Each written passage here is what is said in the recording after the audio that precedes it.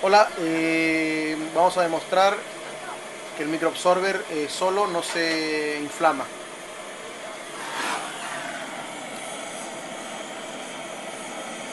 Tenemos una temperatura de 120, 130 grados. Se puede acercar la llama y eso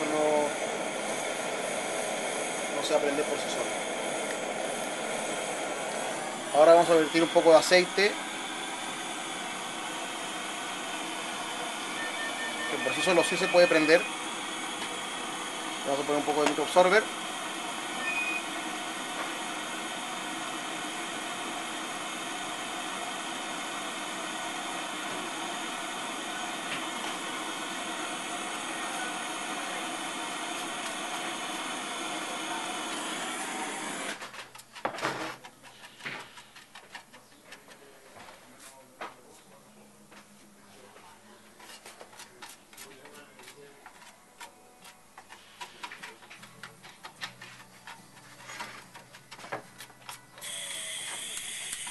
Donde una vez que esté en contacto con el aceite, siempre y cuando no esté saturado de aceite, tampoco se va a prender.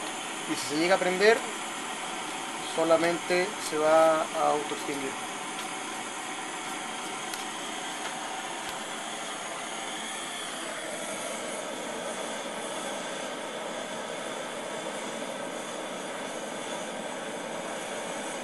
Con llama directa tenemos 200 grados y no se prendió.